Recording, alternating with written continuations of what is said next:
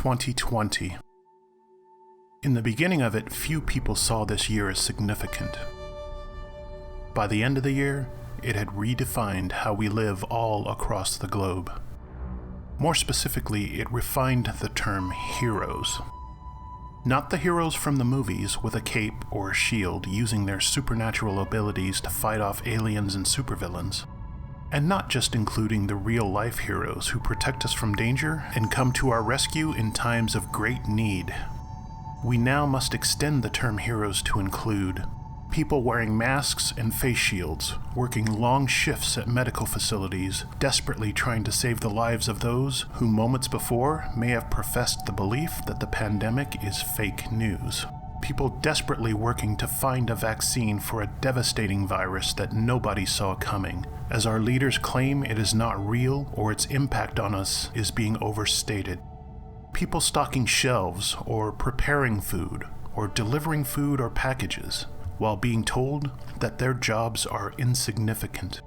People risking their health to staff the voting booths and polling places while being accused of corruption and tampering with the electoral process. People standing up against injustice and oppression towards marginalized groups while being mistreated themselves for simply using their voices. People all over who are stepping up to protect themselves and others by wearing face masks and participating in social distancing, even when directly confronted, sometimes violently, by people claiming that protective measures are violating their civil rights. And by people who looked beyond their own needs and reached out to their fellow human beings in this great time of need, and who came together as a community to help and support each other. If 2020 did nothing else, it reminded us what is actually essential in our lives: each other. We would like to honor and thank all of these heroes. We would also like to thank our ACA hosts and crew who have worked through the adversity of this year and were able to continue bringing you shows and content that hopefully both entertained and educated you. Most of all, we would like to thank you, our viewers, our subscribers, and our patrons for supporting us this year.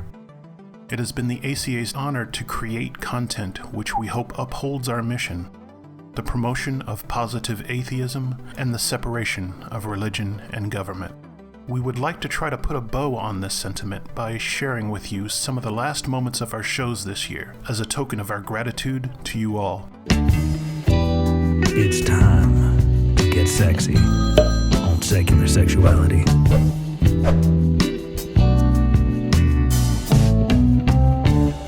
How about some things that you're looking forward to for next year? I know I've got a couple of things that I'm super excited about, but in terms of what 2021 has to offer, what are some things you're looking forward to, Christy? Well, I don't mean to overstate it, but I have to say the idea of sitting in the studio, of not having to worry about my dog barking in the background of an episode. Don't listen too closely. Getting back into the studio space and being in the library, having people around the community before and after and even during the show is definitely something I miss and that I'm really excited to get back to. But also to say there are a couple of great guests that we've got kind of lined up, and I don't have any of the things nailed down to start naming names or whatever else, but I know that we not only have some really exciting new names coming in, but that we've been doing this long enough and we've built up enough relationships that there are some remarkable repeat folks that we're going to be able to see again. And that just feels incredible to have created a community and a situation where these remarkable experts would be willing to talk to us more than once, and that when we have a situation where somebody has to cancel or we're not able to do what we expected, our Rolodex V has gotten much deeper than it used to be, and it's amazing to have so many great people to call on. Speaking of great people to call on, I'm super excited because some of the repeat hosts that you're seeing more and more of these last couple of months are going to be getting even more familiar with y'all. We are going to be kind of reviving that old AXP format, going back to the ACA's roots of introducing a couple more co-hosts to the equation. So we're always going to have like 4 or 5 people who are going to be on in different combinations and tackling these ideas together, hopefully in ways that always highlight their experiences and what they can bring to the table in terms of topic, in terms of guests, and in terms of callers. So 2021 is going to be exciting because you're going to get to see some well-known faces a little bit more, which is always a good thing here. Definitely something to look forward to. Beyond that, is there anything on your radar, anything that you're hopeful for? Honestly, Christy, I'm just excited to continue this journey with you. You've been a great co-host this last year. You've been prompt, guys. You don't know how much work Christy does behind the scenes too. Like, I'll show up and I'll do my part, and I'll forget a meeting here and there. But like, I can rely on this guy, Christy. You're awesome, and I'm excited to go into 2021 with you.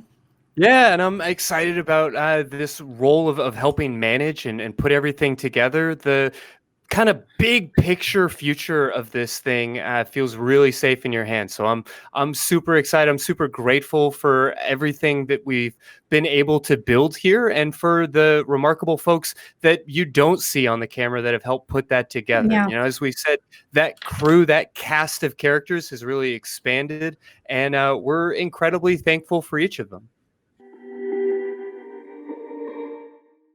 Alrighty, folks, that about wraps it up for another episode of Truth Wanted, and wraps it up for our special Golden Pico Awards. We're going to clean up around here, but I want to give a special thanks to all the presenters that presented the categories this year. You guys are awesome. And another special thanks to you guys, the viewers, especially to you guys who voted in. This was so much fun to pick these out and do this show and get all fancy and dressed up for this. Obviously, I mean, this has just been an awesome year in terms of Truth Wanted. I mean, we've had so many awesome guests, awesome callers. It was so hard to pick some of these, but I'm really glad that we did this. And this was really fun. I hope we can do it again next year. So thank you guys. This will be the last episode of Truth Wanted for 2020. I hope to see you guys again in 2021. Remember to always keep wanting the truth, and I'll see you next time.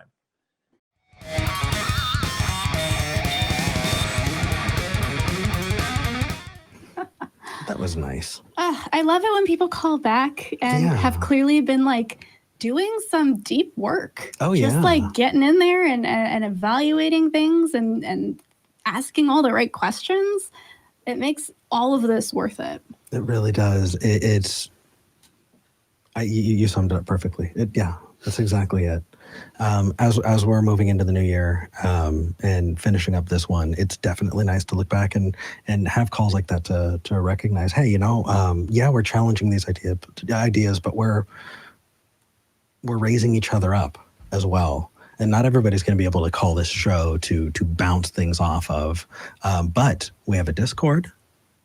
We've got a Facebook group. We've got a Reddit. We've got an amazing community that's administered by incredible mods, by the way. We love you. Shout out to you guys. We hope that we can keep growing this community. And so if you do want that, consider joining our Discord. That's where V and I are going to be going after this. Yeah, we're going to hop over there. Interact with people. So maybe you should join us. We got the link down below us, tiny.cc/ACA Discord. Oh, we're going to have one hell of a holiday. And I'm so excited about the special that we're doing. It's going to be fun. It's going to be different. It is. You're going to get us from different angles. It's going to be awesome. My Christmas Doodle Bopper hat will make an appearance. Of course. Absolutely. Of course. Yeah. Gosh, I'm all warm and fuzzy. I'm sorry. Some of those last calls were awesome. All right. But I think we should show our crew, though. Absolutely. Our crew's amazing. Those are the people who are making this happen. Those are the people who we're here before we got here, and we'll be working long after we're done to make sure that we look and sound good and that this is able to go out to you. Thank you so much. We love you. Did you see that cat just like, oh, it was adorable. Made my day. Yeah. Are you ready to throw up some love rings? I know it's a little early, but I really want to hop in the Discord, especially because things are going to be going on that are special coming up. And we want to check in with people. Yeah. Absolutely. All right, you ready? 1, 2, 3. Nice. All right. Nice. That's so good. Good job, Crew Cat. I like to imagine Crew Cat's the one that presses the button. Yeah, that's fair. All right. Whether you believe or not. Yeah. Things are getting rough, and I know we've been talking about it. COVID fatigue has been a thing. People are getting tired of quarantining, but that doesn't mean that it's getting better. If you're out there because you need to, because you're working, if you're out there working in hospitals, stocking grocery shelves, if you're putting yourself at risk to make sure that the rest of us are okay, thank you. From the bottom of our hearts, thank you. You're doing your job, and we're going to do ours by wearing a mask and by making sure that we're not spreading things. It seems like the vaccine's around the corner, so let's hold out. The first trucks left the facility with the first vaccines in the U.S. today. So nice. We are starting that process. Yeah. For those of you who don't believe, come join us in the Discord. We've got about a little over 20 minutes that we want to hang out and talk to y'all before the nonprofits starts at 3. If you are not going to be joining us in the Discord, make sure you're setting your clocks for 3 p.m. Central. That is in 20 minutes to go to check out the nonprofits. I think I've shilled enough. For those of you who do believe. Heavy. I love you too. And I appreciate you. And I'm really, really grateful that you were doing this together. And I know that we have other people that hop on, but doing the show with you has been fantastic. And I feel like you make me a better host. So thank you. Well, okay. I love you too. For those of you who do believe, we don't hate you. We just think you're wrong. How to live our lives, never questioning the thoughts from which. We're getting ready to have a holiday break here. I don't know what to tell you guys. Happy holidays, Merry Christmas, Festivus. Celebrate or don't celebrate, whatever you want, because that's what freedom is. That's the rational course of action. That's the humanist position, is to exercise your freedom to celebrate, but to do so responsibly. Just like if you go out drinking, you need to drink responsibly. And that means that you need a designated driver. It means that you don't take certain actions. You don't operate heavy machinery while you're on certain drugs, etc. That's the reality. We put limits on freedom in order specifically to protect people. And in extraordinary circumstances, like this pandemic, there's recommendations that people should not be traveling. That if you want to see your friends and family next Christmas, maybe give this Christmas a pass. I get it. Everybody's in a different situation. I'm not going to tell you what's right for you specifically, other than to listen to the experts. Now, Jenna's got a great hat on, and a great heart, and a great smile, and a great brain. So yeah, she's better than me in a number of different ways. And yet we both want each other to live. And we want all of you to live as well. We want you to have a great break, even if you have, if you have to work, whatever. I want you to have every day is something that you can actually enjoy.